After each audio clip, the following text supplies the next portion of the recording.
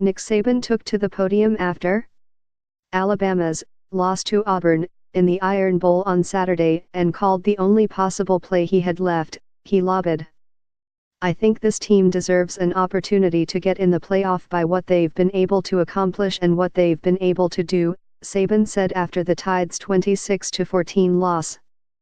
"They won 11 games, and not many teams are able to do that. I really don't know what all the scenarios might be where we'd have an opportunity to do it, but I'd certainly like to see this team get an opportunity to do it."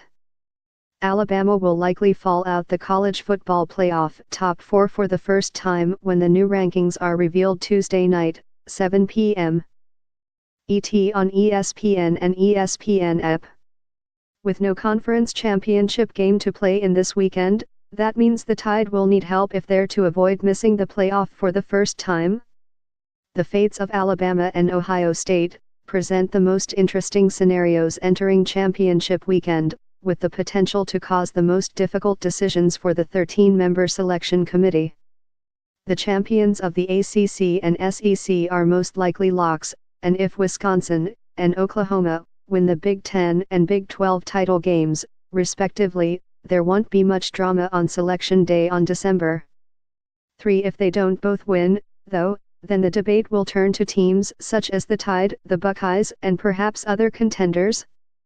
Here's a look at 3 scenarios that could play out on championship weekend. The ACC loser, whether it be Miami or Clemson, would have 2 losses, and it is a stretch to think the committee would reward a 2-loss conference runner-up. Miami would likely be out, riding a 2-game losing streak, but Clemson could at least make a case with its 7 wins against teams above .500.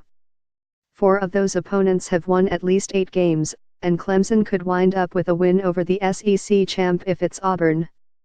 The problem with USC is that, even with a Pac-12 championship, the Trojans' best and only ranked wins would be over Stanford, twice. The debate would boil down to Alabama and Ohio State. The best argument for the Tide is that they were ranked no. 1 or no. 2 by the committee through the first 4 rankings in spite of a strength of schedule ranked no. 47. The Tide pass the eye test and have the metrics to prove it. They are the only FBS team to rank in the top 5 in offensive and defensive efficiency. Alabama's best win, though, is against no.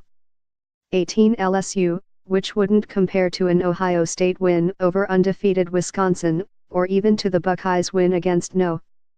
10. Penn State. Ohio State would have the better, but would the committee consider how consistently good Alabama has looked on the field and choose the Tide?